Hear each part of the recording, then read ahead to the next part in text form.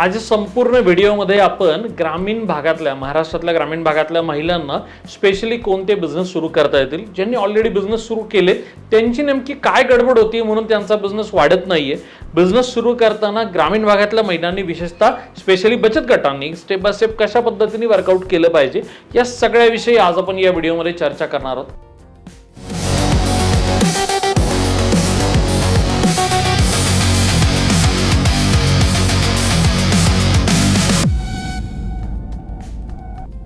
नमस्कार, मी अमित रमेश मखरे आणि 2011 पासून म्हणजे जवळजवळ 15-17 वर्ष होत आले ग्रामीण भाग असो किंवा शहरी भाग असो ज्यांना स्वतःचा बिझनेस सुरू करायचा आहे त्यांना कन्सल्टिंग आणि ट्रेनिंगच्या माध्यमातून आम्ही काम करतो। आता काही दिवसांपूर्वी रिसेंटली मी एक उमेद अभियानचा एक प्रोग्राम केला। उमेद अभियानच्या माध्यमातून जिल्हा परिषद सीईओ आमचे भंडारी सर आणि आम्ही एक विशेष जे उमेद अभियानचे जे कर्मचारी आहेत नगर जिल्ह्यातले त्या सगळ्या कर्मचाऱ्यांसाठी एक प्रशिक्षण ठेवलं होतं। उद्देश खूप चांगला होता जिल्हा परिषदेचा DRDAचा की ह्या आपल्या कोऑर्डिनेटर्सला ट्रेनिंग द्यायचं आणि त्या माध्यमातून महिला बचत गटांना गायडन्स केलं जाईल। जेव्हा मी त्यांच्याशी बोलत होतो ना तेव्हा एक गोष्ट आवर्जून लक्षात आली की ग्रामीण भागातल्या महिला प्रोडक्ट बनवतात, राईट, पण बहुतांशी महिलांमध्ये सगळ्यात मोठा एक आविर्भाव आहे तो म्हणजे मार्केटिंग स्किलचा। प्रोडक्ट सेल कसं करायचं, तर आपल्याला ही प्रोसेस एंटायरली समजून घ्यायची। बिझनेस कोणते करायचे हे समजून घेण्याच्या अगोदर ऍक्च्युअली प्रोसेस समजून घ्यावं लागेल की गडबड कुठे माहिती आहे, कोणते बिझनेस करू शकतो याचा फलाना 100 व्हिडिओज 100 ऑप्शन्स तुम्हाला YouTube वरती Instagram वरती भेटून जातील। मी बरोबर बोलतोय की चुकीचं बोलतोय? जर बरोबर बोलत असेल तर व्हिडिओला लाईक करा म्हणजे मला लक्षात येईल की हो बरोबर बोलतोय। कमेंट केली तरी चालेल। अडचण कुठे आहे? प्रोडक्ट बनवणे हा प्रॉब्लेम नाही, राईट। सो कोणताही बिझनेस मी सांगितला की जगात तुम्हाला कुठेही सापडला तर ते बिझनेस सुरू करणं हा प्रॉब्लेम नाहीये। प्रॉब्लेम हा आहे की आपण नेमकी बिझनेस सुरू का करतोय। तुम्हाला सर हा काय प्रकार आहे? हो, मी त्या दिवशी उमेद अभियानच्या जेव्हा कार्यशाळेत आपले सगळे जे कोऑर्डिनेटर्स होते जिल्ह्यातले तालुक्यांमधले त्यांच्याशी जेव्हा चर्चा केली तेव्हा मेजरली एक प्रॉब्लेम लक्षात आला। मी सगळ्यांना पुढे माहिती देण्यासाठी जेव्हा बोलवत होतो आणि त्यांना सांगितलं की तुम्ही जर एखादा बिझनेस मी तुम्हाला सुरू करायला दिलं आणि तुम्ही जर स्वतः आपल्या महिला बचत गटांचे प्रतिनिधी असाल तर तुम्ही काय कराल? बहुतांशी महिलांनी आपलं प्रोडक्ट कसं चांगलं आहे, आपल्या प्रोडक्टमध्ये कशी क्वालिटी आहे, आपलं प्रोडक्ट इतर मोठ्या स्पर्धकांपेक्षा कशा पद्धतीने योग्य आहे याविषयी माहिती दिली। प्रोडक्टच्या हेल्थ बेनिफिट विषयी जास्त मोर कॉन्शियसली बोललं गेलं।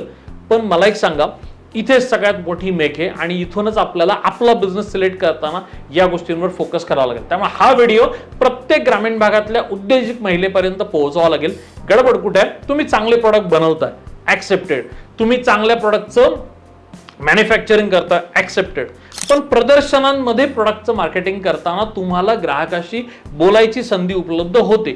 उमेद अभियानचे असेल, कृषी विभागाचे असतील, अजून वेगवेगळ्या शासकीय एजन्सीचे किंवा खासगी वेगवेगळ्या संस्थांनी जे प्रदर्शन आयोजित होतात तेव्हा प्रोडक्टचं मार्केटिंग करता येणं किंवा प्रोडक्ट बद्दल माहिती देता येणं शक्य आहे। पण फक्त 4 दिवसाच्या एक्झिबिशन मधून आपला बिझनेस होईल का? तुम्हाला काय वाटतं, खरं की खोटं? पटत असेल तर लाईक करत जायचं म्हणजे मला लक्षात येईल की तुमचं काय म्हणणं आहे ते। आता प्रॉब्लेम कुठे आहे बघा, प्रॉब्लेम इथे आहे की आपण काय करतोय की जेव्हा आपण 4 दिवसाच्या त्या एक्झिबिशन पुरता बिझनेस करतोय तेव्हा आपण आपल्या लेबलवरती या सगळ्या गोष्टी टाकू शकतो। आपल्या मुखी या गोष्टी ग्राहकाच्या समोर माझ्या काउंटरला त्यांना मी सांगू शकतो, पटतंय। पण आता प्रॉब्लेम असा आहे की इतर वेळी जर आपलं प्रोडक्ट जर दुकानांच्या माध्यमातून विकायचं असेल, डीलर डिस्ट्रीब्युटरच्या माध्यमातून विकायचं असेल तर मग हे सगळं करायला स्कोप आहे का? तुम्हाला वाटतं का की दुकानदार तुम्ही जे काही प्रोडक्ट बनवताल ते त्या पद्धतीने जेवढे पोटतिडकीने तुम्ही माहिती द्याल किंवा मी आता पोटतिडकीने तुमच्याशी बोलतोय एवढं दुकानदार करेल का हो? उत्तर काय? Yes or no? कमेंट कराल येस किंवा नो, मला समजेल तुम्ही काय म्हणताय किंवा व्हिडिओला लाईक करत चाला, माझ्या विषय लक्षात येईल। आता गडबड कुठे आहे मग? जर आपण जो कोणता बिझनेस करतोय तो जर आपल्याला दुकानांच्या माध्यमातून, तो जर आपल्याला मल्टिपल चॅनलच्या माध्यमातून, भले मग तो Amazonच्या माध्यमातून जर विकायचा असेल, दुकानाच्या माध्यमातून विकायचं असेल, डीलर डिस्ट्रीब्युटरच्या माध्यमातून विकायचं असेल तर सगळ्यात पहिले हे समजून घ्यावं लागेल हे प्रोडक्ट बनवलं तर याचं मार्केटिंग कसं केलं जातं। सेल्स नव्हे, बऱ्याच लोकांना मार्केटिंग आणि सेल्स या 2 गोष्टींमधला फरक समजत नाही। मार्केटिंग कसं केलं जावं हे समजून घ्यायला हवं। जेव्हा आम्ही तिथे ग्रुप ऍक्टिव्हिटी मी त्या पूर्ण प्रोग्राम मध्ये दिल्या होत्या तेव्हा एक आवर्जून एक गोष्ट लक्षात आली, मार्केटिंग आणि सेल्स मधला फरक आपल्याला कळत नाही। सेल्स म्हणजे विक्री, मार्केटिंग म्हणजे जाहिरात। आपल्याला जाहिरात करावी लागेल।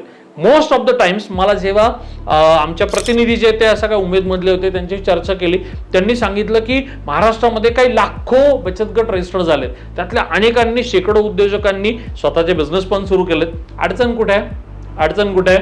बहुतांशी बचत गटांकडे मार्केटिंगचा वर्षभराचा कोणताही प्लॅन नाही. दुसरी गोष्ट म्हणजे बिझनेस सिलेक्ट करणं किंवा बिझनेस आयडियासाठी जर हा व्हिडिओ बघत असाल तर त्यापूर्वी, म्हणजे आयडिया तर मी सगळ्यात शेवटी सांगणारच आहे, पण त्यापूर्वी हे सगळं समजून घ्यावं लागेल. जर मार्केटिंग एक्झिक्युटिव्ह नसेल तर महिलांना ऑलरेडी होतंय का? एक तर 10 गटातल्या 10 महिला, त्याच्यातल्या सगळ्या जणी काम करत नसतात, दोघी तिघी खूप ऍक्टिव्ह असतात, काही दोघी तिघींना त्यांनी उरलेल्या दोघी तिघींना घोड्यावर बसलेलं असतं. म्हणजे अर्थ समजतो ना, मराठी भाषा आहे, सो गैरअर्थ घेऊ नका, त्याबद्दल मी आत्ताच माफी मागतो. उरलेल्या दोघी तिघी नसतातच, कसं फक्त नाव घेतलं असतं गटामध्ये. मग आता होतं काय, जर काही महिलांनी एकत्र येऊन करायचं ठरवलं, वाक्य समजून घ्या, तर मग सगळ्या जण इथं सोबत नाहीत आणि जो काही फायदा मिळणार तो गटाला मिळणार आहे, इथे परत दुसरी अडचण आहे. त्यामुळे आपल्याला डिफर्मेशन करणं किंवा प्रत्येकाची जबाबदारी फिक्स करणं हे पण खूप महत्वाचं आहे. दुसरी महत्वाची गोष्ट, महिला शेतावरचं काम सोडून आपल्याकडे प्रोजेक्टमध्ये येतात किंवा बिझनेसमध्ये येतात. त्यांना घर दार संसार सगळ्या गोष्टी सांभाळायच्या. किती लोकांना पटतं? Yes or no? यस वाटत असेल तर लाईक करा, नो वाटत असेल तर खाली कमेंट करा. राईट, सो आपण प्रपोगेशन करू, सो आपल्याला कळेल. आता गडबड आहे म्हणजे काय की तुम्ही चांगलं प्रोडक्ट बनवलं पण जर ते विकलंच गेलं नाही तर काय उपयोग होईल का? Yes or no? यस असेल तर लाईक करा, नो असेल तर कमेंट करा. अर्थ असा आहे की आपण जे काही प्रोडक्ट निवडू, काही प्रोडक्ट निवडू, नॉट नेसेसरी की ते हेल्दी असावेत, जगावेगळे असावेत, त्यात USP असावा, अजिबात असं काही नाही. मार्केटमधले असे शेकडो ब्रँड्स आहेत, मी आता नावं घेऊ शकत नाही कारण युट्यूबचा व्हिडिओ इथे बॅन लागला जाईल व्हिडिओवर लगेच. मी एक तुम्हाला आवर्जून सांगतो, जे मल्टीनॅशनल सगळ्या कंपन्या आहेत, मग त्या बिस्किट कंपन्या असतील, एनर्जी ड्रिंक्सच्या कंपन्या असतील, कोल्ड ड्रिंकच्या कंपन्या असतील किंवा कसल्याही प्रकारचा ब्रँड असेल, हे लोक खरंच चांगलं प्रोडक्ट विकतायत का हो? जे लहान मुलांसाठी एनर्जी ड्रिंकचे जे वेगवेगळ्या जाहिराती चालतात त्यामध्ये मेजरली काय सांगितलं जातं, तिथे तुमच्या इमोशनलवरती काम केलं जातं. त्या प्रोडक्टमध्ये काय येतं ऍक्च्युली चांगलं काहीच नाही, पण जाहिरात व्यवस्थित केल्याने ते बिझनेस सक्सेसफुल होत आहेत. Yes or no? यस तर लाईक, नो तर कमेंट. Concept clear? आता तुम्हाला बिझनेस सुरू करायचा असेल तर करावं काय लागेल? सगळ्यात पहिले आपल्याला उलट्या गणतीने सुरू करावं लागेल. उलटी गणती का? तर आपण जेव्हा प्रोडक्ट बनवतो मोस्ट ऑफ द टाइम्स एक प्रॉब्लेम येतो जेव्हा बिझनेस सिलेक्ट करतो. तुम्ही समजा उदाहरण पकडू की मसाल्यासारखं जरी प्रोडक्ट बनवलं, मसाल्यासारखं हलकं प्रोडक्ट बनवलं, आपल्या प्रोडक्टची प्रोडक्शन कॉस्ट जास्त येतं. हे किती लोक अनुभव घेतात? खरं आहे की खोटं आहे? Yes or no? कमेंट करा. जर यस बरोबर वाटत असेल तर लाईक करायचं व्हिडिओला, नो असेल तर कमेंट करायचे. आता गडबड काय? कॉस्ट ऑफ प्रोडक्शन सगळ्यात पहिले समजून घ्यावं लागेल. सो आपण आता step by step business select करताना पायऱ्या शिकू आणि मग सगळ्यात शेवटी बिझनेस आयडिया बघू. सगळ्यात पहिले कॉस्ट ऑफ प्रोडक्शनवर काम करावं लागेल. दुसरं मार्केट सर्व्हेवरती काम करावं लागेल. तिसरं आपण या प्रोडक्टचं मार्केटिंग कसं करणार आहे हे शिकून घ्यावं लागेल. चौथं महत्वाचं, ही माइंडसेट हा माइंडसेट चेंज करावं लागेल की बिझनेस सुरू करू होईल हळू हळू. कसं? माझ्यासारखं करा हळू हळू. असं हे हळूहळू काही होत नाही. आता आपल्याकडे तेवढा वेळ आहे का? जर पहिल्या टप्प्यात यश नाही मिळालं आणि तो व्यवसाय टुकू टुकू जर सुरू राहिला तर तुम्हालाही माहिती पुढे काही होऊ शकत नाही. खरं की खोटं? मग उगाच युट्यूबवरती ज्या खोट्या लाखो करोडच्या ज्या व्हिडिओज येतात त्यामधून खरंच तेवढे लाखो करोड होत असतात की नाही माहित नाहीत. आपल्याला एक गोष्ट आवर्जून समजून घ्यावं लागेल, मशिनरी आपल्याला घ्यायच्या, आपल्याला व्यवसाय सुरू करायचा आहे, आपल्याला वेगवेगळ्या अभियानांमधून शासकीय योजनांमधून कर्जही मिळवायचं आहे, पण ते कर्ज मिळवल्यानंतर ते फेडायचंय, त्यामुळे बिझनेस प्रॉफिटेबल व्हायला हवा. त्यामुळे आपल्याला मार्केटिंगवरती जोर द्यायला हवा. सेल्स त्यानंतर होणार आहे.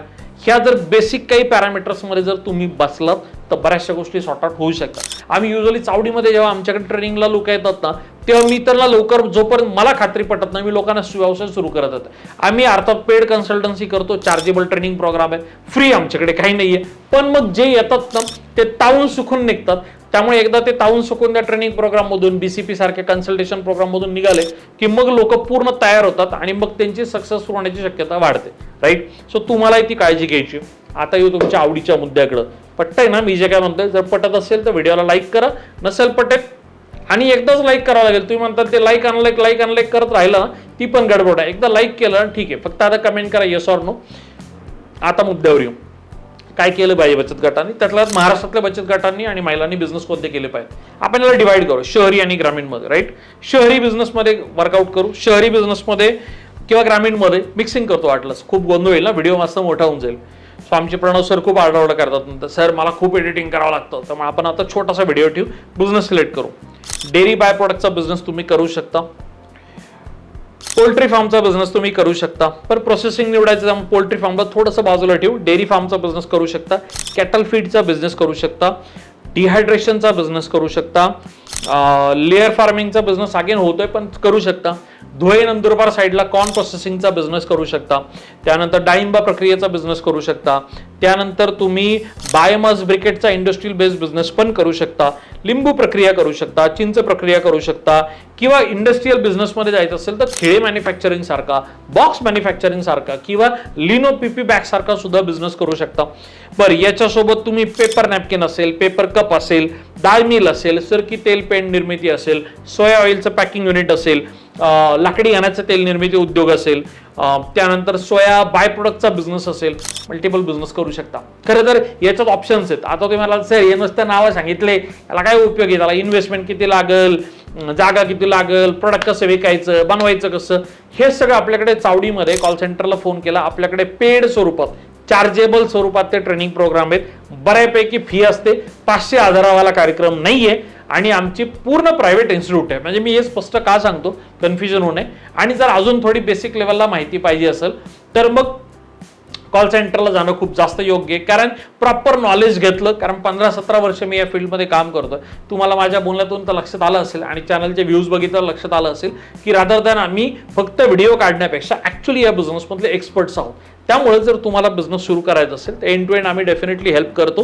सगळ्या प्रकारचं तुमचा बिझनेस सुरू पासून सगळ्यात शेवटी तुमचा बिझनेस नाही चालला तर त्याच्या मशीन विक्रीची पण जाहिरात आपल्या इथं चावडीवरच करता येते. अशा पण ऑप्शन्स आहेत. सो टेन्शन घेऊ नका. तुमचा बिझनेस सुरू झाला, तुम्हाला सुरू करताना मशिनरीची आवश्यकता असली त्याची माहिती खाली डिस्क्रिप्शनमध्ये सगळ्या गोष्टी टाकल्यात, त्याची माहिती मिळेल. तुम्हाला तुमच्या बिझनेससाठी लेबर पाहिजे, तुम्हाला प्रोडक्शनवाले माणसं पाहिजेत, सेल्सवाली माणसं पाहिजेत, त्याची बी जाहिरात आपल्याकडे इनविजिट प्लॅटफॉर्मला चालते. तुम्हाला डिजिटल मार्केटिंग करायचंय, तुम्हाला ट्रेडमार्क काढायचा आहे, FSSAI लायसन करायचे, त्याची पण माहिती चावडीमध्ये मिळते.